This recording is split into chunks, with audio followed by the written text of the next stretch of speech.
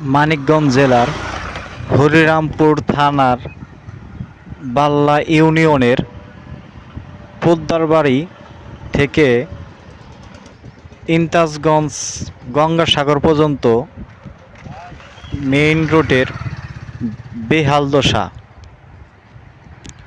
পুরো রাস্তাটাই যেন মৃত্যু ফাঁদে রূপান্তর হয়েছে।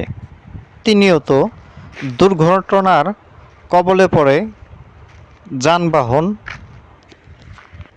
জনসাধারণের ভোগান্তির যেন কোনো শেষ নেই।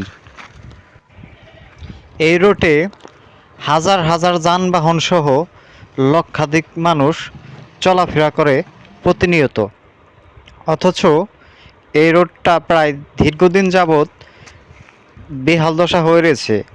কেউ যেন দেখেও দেখে না, চোখ থাকিতেও অন্ধ। মানিকগঞ্জ সড়ক অধিদপ্তর এবং হরিরামপুর উপজেলা এলজিডি অফিসের ঊর্ধ্বতন কর্মকর্তাদের প্রতি আকুল আবেদন, আপনারা অচিরেই রোডটি সংস্কারের ব্যবস্থা নেবেন।